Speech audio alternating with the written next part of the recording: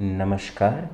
आज हम चर्चा करेंगे गोपनीय महाविद्या के विषय में। यह एक सर्वबलशाली महाविद्या का स्रोत है।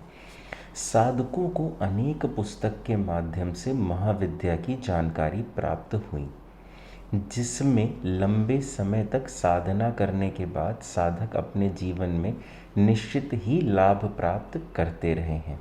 लेकिन वैदिक विधि के माध्यम से सभी साधक साधना संपन्न करने में असमर्थ रहे हैं। उस समय में संस्था द्वारा राजसिक विधि विधान बताया गया, जिसमें साधक एकाग्रता एवं ध्यान के माध्यम से कम समय में महाविद्या की साधना करने में एवं शुभ फल पाने में सफल रहे।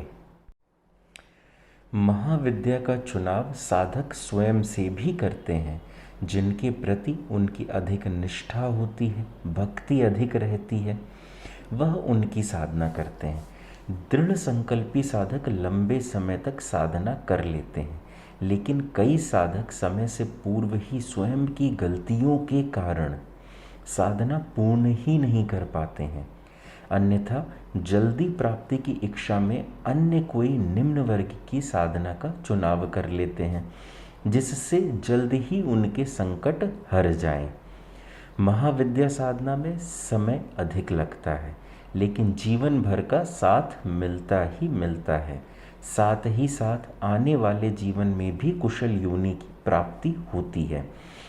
साधक के कर्म का प्रभाव भी बदलता है, उनकी ग्रह स्थितियां भी स्वतः ही परिवर्तित हो जाती हैं।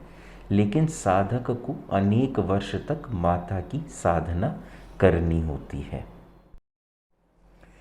आज के समय को देखते हुए एवं साधकों की समस्याओं को महसूस करते हुए आज आप सबके समक्ष मैं कुछ ऐसा प्रस्तुत करने जा रहा हूँ, जिसके विषय में शायद ही आप में से किसी ने पढ़ा होगा अथवा सुना होगा। यह प्रस्तुति देने का कारण पिछले कुछ वर्षों में साधकों की लगातार बढ़ती हुई आर्थिक, मानसिक, आत्मिक, आध्यात्मिक समस्याएं हैं, और यह 100% परीक्षित एवं गोपनीय विद्या है, जिसके विषय में बताया जाना ही सर्वाधिक शक्तिशाली शक्ति को प्रदान करना है। आज के युग में इसकी गोपनीयता ही इसकी अधिकता है कि यह विद्या सिर्फ गुरुमुख से ही प्राप्त होती है, अथवा इसकी जानकारी आपको अन्य जगह से प्राप्त करना संभव नहीं है। अर्थात आज के युग में इसकी गोपनीयता इतनी अधिक है कि सिर्फ गुरु मुख से ही इसकी जानकारी आपको प्राप्त हो सकती है, अन्यथा बहुत मुश्किल है कि आपको यह जानकारी अन्य किसी भी तरह से प्राप्त हो सके।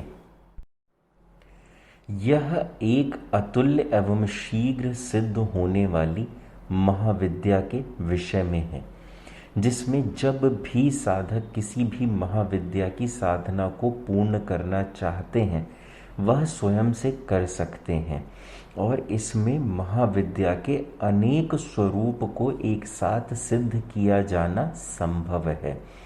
यह दिव्य मंत्र महाविद्या के संपुट मंत्र हैं, जिनके माध्यम से साधक अति कम अथवा सूक्ष्म समय में अनेक महाविद्या के दर्शन प्राप्त कर सकते हैं, क्योंकि यह संपुट मंत्र स्वयं महर्षियों द्वारा दिए गए हैं, जब उन्होंने एक लंबे समय तक समाधि की अवस्था में कई हजार वर्षों की समाधि से प्रकृति की संरचना को भेदते हुए ऊर्जा का संपुट किया, जिससे वह अपने उन शिष्यों को भी पूर्ण लाभ दे सकें जो सामान्य से कमज़ोर हैं, और वह भी भक्ति प्राप्त कर सकें। अर्थात जब महर्षियों ने अनेक वर्षों तक समाधि की अवस्था में रहे, तो इस प्रकृति, इस ब्रह्मांड की उन संरचनाओं को भेद सके और महाविद्या के सत्य स्वरूप को जान सके, जिसके माध्यम से उनकी ऊर्जा को उन्होंने संपुट किया और उसको एक ध्वनि में परिवर्तित किया, जिसे मंत्र का रूप दिया गया, और उसके माध्यम से उन ध्वनियों के समूह से जो एक प्रकृति उत्पन्न होती है, जो एक ऊर्जा उत्पन्न होती है, उसके माध्यम से अनेक महाविद्याओं के स्वरूप को जाना जा सकता है एवं उनके दर्शन प्राप्त किए जा सकते हैं। इसके पीछे एक प्रचलित कथा भी है, जो कि महर्षियों ने जब एक लंबी समाधि ली उस समय पर देवताओं द्वारा पाई गई। महर्षियों को इतनी दीर्घ समाधि में देखते हुए और इस प्रकार की मंत्र की संरचना को होते हुए देख देवी देवताओं में हाहाकार सा हो गया, क्योंकि उन्हें पता है यदि मनुष्य एक महाविद्या की भी प्राप्ति कर लेते हैं तो उन्हें देवी देवता का स्वरूप प्राप्त कर लेते हैं, अर्थात उनके ही बराबर पूजनीय हो जाते हैं। यदि इस प्रकार से अनेक महाविद्या की प्राप्ति हो गई तो देवी देवताओं को अस्तित्व पे एक खतरा सा मंडराता हुआ उन्हें दिखा, जिससे भयभीत देवी देवता भगवान शंकर, भोलेनाथ शंकर के पास गए और अपनी वेदना उनके समक्ष प्रस्तुत की। उनकी संपूर्ण व्यथा को समझते हुए भोलेनाथ तो भोलेनाथ हैं, उन्होंने उन संपुट मंत्र की संरचना का ज्ञान ध्यान की अवस्था में सभी देवी देवताओं को भी दिया, जिससे वह भी महाविद्या को अपनी प्रस्तुति, अपनी स्तुति में जोड़ सकें और उन्हीं के माध्यम से स्वयं के अस्तित्व को ऊर्ध्वमुखी कर सकें। महर्षि और देवता के बीच सामान्य स्थिति को पाते हुए देवराज ने महर्षि से वचन लिया कि वह इस मंत्र की संरचना को सिर्फ योग शिष्यों को ही प्रदान करेंगे, जिससे इस सृष्टि का संतुलन बना रहे, अर्थात मनुष्य का देवताओं में परिवर्तीकरण ना होता रहे अति तीव्रता से। ऋषि वचन लेके देवराज अपने ध्यान की इस अवस्था में पुनः चले गए। उस समय के बाद से यह मंत्र सुरक्षित एवं दिव्य गुप्तता के अधीन रहे हैं। अनेक वर्षों के बाद महर्षि शुक्राचार्य द्वारा इस विद्या का आंशिक भाग राक्षसों को दिया गया, जिसके माध्यम से वह नाना प्रकार की गुप्त विद्या अति कम काल में प्राप्त कर लेते और उसके बाद अनेक अवतार ने जन्म लेके इस विद्या के हो रहे दुरुपयोग को समाप्त। इस विद्या की प्राप्ति एक लंबे समय के शोध एवं अनेक शक्तियों के आशीर्वाद द्वारा की गई है। विधि अनुसार निर्धारित साधकों को ही इसका ज्ञान दिया जाएगा। इसकी शिक्षा दीक्षा प्रत्यक्ष रूप से ही प्रदान की जाएगी और इस विद्या के माध्यम से अनेक साधक अपने जीवन में वह परिवर्तन अति कम समय में कर पाएंगे जो कि उन्हें एक लंबी साधना के बाद प्राप्त होता था। साथ ही साथ उन्हें महाविद्या जैसी श्रेष्ठ ऊर्जा की भी प्राप्ति होगी अपने इसी जीवन में।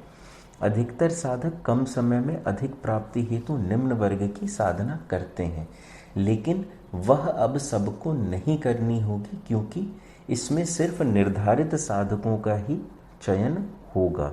इसलिए उन्हें यह अद्भुत विद्या की प्राप्ति होगी और शेष जो साधक हैं उन्हें सामान्य साधनाएं करना ही उनके लिए उचित है। और इस विद्या की प्राप्ति किसे होगी यह निर्धारित होगा श्रीम परंपरा के अनुसार।